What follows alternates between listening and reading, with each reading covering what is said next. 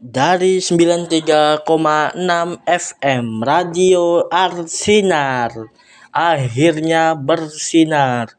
Bersama saya Ivan Zulkais yang kali ini akan menjelaskan mengenai perizinan radio untuk bersiar. Jadi perizinan radio untuk bersiar ini memang salah satu hal yang memang perlu dipelajari secara mendalam dan juga perlahan supaya bisa dipahami serta diimplementasikan. Dan ini merupakan learning journal yang ke-10. Learning journal yang ke-10 ya, atau ke berapa gitu. Jadi tanpa lama-lama lagi, ayo dah kita mulai.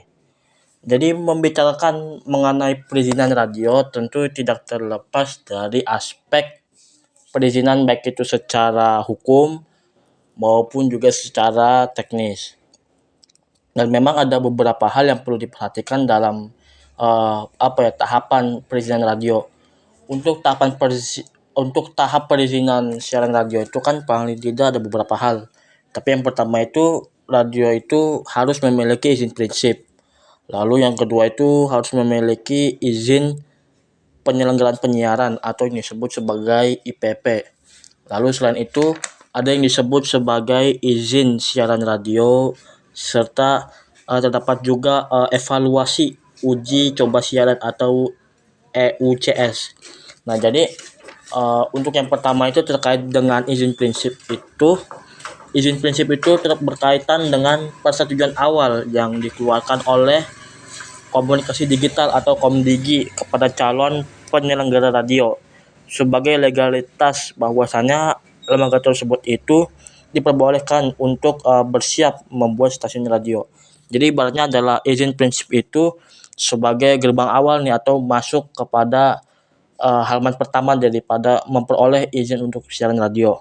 Dan memang untuk memperoleh izin prinsip itu ya memang harus memenuhi secara administratif dan juga kalaupun memang diperoleh itu secara keseluruhan memang masa berlaku surat daripada izin prinsip itu sekitar 1,6 bulan. Jadi ibaratnya begitu pertama kali dapat izin prinsip itu berlaku setahun, tapi kalau memang dirasa perlu perpanjang, nah itu bisa dilakukan 2 kali dengan masa berlakunya itu 6 bulan. Lalu setelah misalnya sudah dapat nih izin prinsip, maka sudah harus mulai bergerak mengurus daripadanya izin penyelenggaraan penyiaran atau misalnya disebut sebagai IPP. Nah, untuk izin penyelenggaraan penyiaran itu diatur pada Undang-Undang Nomor 18 Tahun 2016 yang menyatakan bahwasannya izin penyelenggaraan penyiaran atau IPP adalah hak yang diberikan oleh negara kepada lembaga penyiaran untuk menyelenggarakan penyiaran. Jadi ibaratnya yang memberikan IPP itu adalah Kementerian Komunikasi dan juga KPID, atau ibaratnya KPID itu sebagai awalan ya untuk mungkin pengantar surat supaya bisa dapat legalitas lagi oleh Kementerian Komunikasi gitu. Jadi ibaratnya kalau sebelum era Bu Muti Hafid sebagai Menteri Komdigi dulu mungkin sekitar mungkin 2024 ke bawah kayak 2023, 2022 sehingga sebelumnya itu memang kan untuk perizinan siaran radio itu dikeluarkan oleh Kominfo. Sekarang Komdigi yang memang sudah lebih modern, yang sudah lebih bisa diajukan lewat online, tapi tidak mengurangi daripada kesahan, keaslian daripada kejelasan hukum untuk mendirikan stasiun radio. Dan memang banyak sekali jenis IPP atau izin penyelenggaraan penyiaran.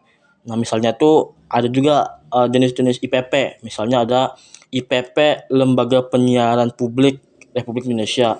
Jadi bahannya lebih kayak RRI gitu. Lalu misalnya ada IPP Lembaga Penyedia Penyiaran Lokal Jasa Penyiaran Radio. Ada juga IPP Lembaga Penyiaran Swasta Jasa Penyiaran Radio. Ada juga IPP Lembaga Penyiaran Komunitas Jasa Penyiaran Radio. Jadi ibaratnya banyak nih jenis-jenis IPP. Namun secara gamblang radio itu kan ada yang disebut sebagai ada radio penyiaran publik, ada radio radio lembaga penyiaran swasta, ada juga radio lembaga penyiaran komunitas yang memang lembaga penyiaran komunitas itu lebih menjelaskan kepada radio-radio yang memang muatan atau isi siarannya itu siaran lokal yang memang mengedepankan isi-isi tradisional dan juga bahasa utama di siaran itu cenderung lebih ke bahasa daerah yang memang secara singkat itu untuk izin penyiaran radio itu berlaku selama 5 tahun. Tapi paling enggak bisa ada perpanjangan lagi gitu yang diajukan oleh penyelenggara stasiun radio kepada Komdigi gitu. Kalau untuk ukuran sekarang, yang memang untuk apa tuh namanya setelah memang memperoleh IPP gitu, nanti kan kedepannya bakal dapat itu izin frekuensi radio. Jadi kalau mama izin frekuensi radio itu ada hubungannya dengan kelanjutan dari IPP yang mana nanti dia itu bakal apa ya memperoleh daripadanya mama frekuensinya berapa, entah mungkin pakai FM atau mama AM atau mama megahertz, mungkin secara frekuensinya itu kan uh, bisa diketahui setelah memperoleh izin frekuensi radio. Dan memang terdapat juga nih cerita daripadanya penyiaran untuk mengajukan izin siaran gitu. Misalnya contoh kasus itu ada radio Lentera FM. Jadi radio Lentera FM itu adalah radio penyiaran komunitas dari lembaga penyiaran komunitas yang memang ada di Desa Karanganyar, Jawa Tengah. Jadi termasuknya radio Lentera FM ini memang dulunya itu digagas atas kesepakatan masyarakat dari Desa Karanganyar ini yang memang sudah digagas sejak tahun 2012, yang memang seperti yang dijelaskan sebagaimana di kelas oleh dosen bahwa memang mengurus radio itu secara administratif biayanya memang cukup mahal. Makanya radio Lentera FM ini baru bisa melanjutkan kembali mengurusnya itu 5 tahun kemudian. Jadi ibaratnya 2012 ditambah 5 tahun kemudian jadi tahun 2017.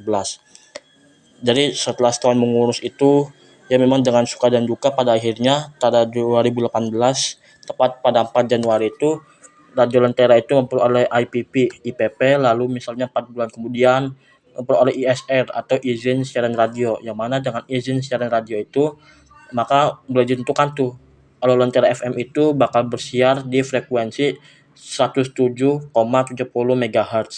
Dan memang terdapat juga proses evaluasi uji coba siaran yang mana dalam hal ini Kementerian dan juga KPID ya Komisi Penyiaran Indonesia di daerah gitu ya melakukan pengecekan baik itu secara administratif surat-suratnya sudah memenuhi belum, administrasinya bagaimana, atau apakah ada notaris yang memang surat notarisnya itu yang memang dapat dipertanggungjawabkan, dan juga ada disebut sebagai pengecekan pemancar atau secara teknis gitu ya, ada pengecekan pemancar dan juga studi yang dilakukan oleh uh, Balai Monitoring Spektrum Frekuensi Radio gitu.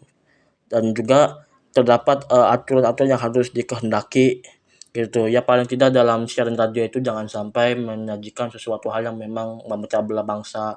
Lalu juga jika memang ada unsur hal-hal dewasa yang memang hendak disiarkan ya harus memenuhi daripadanya jam penyiaran. Kan kalau memang acara dewasa itu disiarkan dari pukul 10 malam hingga pukul 3 pagi.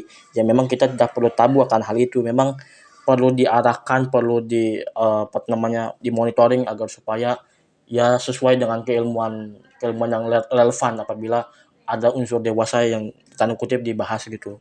Lalu kalau misalnya nih penyiaran radio atau orang-orang yang memiliki stasiun radio itu melakukan pelanggaran ya maka secara administratif maka dikeluarkan apa itu namanya dikeluarkan semacam surat peringatan secara tertulis bagaimana tertuang pada pasal 40 ayat 1. Lalu misalnya kalau jika sudah kena peringatan lalu 2 kali lagi melanggar, kalau sekali lagi melanggar yang dalam artian 2 kali melanggar nih, maka IPP-nya tidak bisa diperpanjang. Dan memang meskipun Komdigi ya maupun walaupun dalam hal ini Komisi Penyiaran Daerah itu telah mengeluarkan aturan-aturan yang memang secara spesifik mengatur bahwasanya radio itu begini, dilarang begitu. Tetapi pada prakteknya tetap aja ada sejumlah stasiun radio yang memang masih membandel, masih melanggar aturan. Seperti contoh, misalnya ada stasiun radio yang kena kasus pelanggaran, misalnya kayak Gen FM.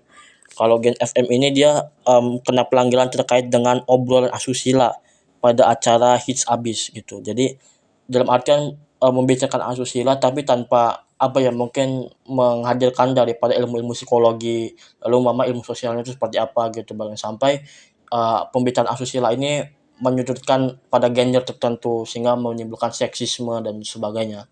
Jadi Gen FM itu ya terkena kasus terkait dengan obrolan asusila yang memang tidak seharusnya diucapkan gitu atau tidak seharusnya dihadirkan. Lalu misalnya terdapat juga e-radio.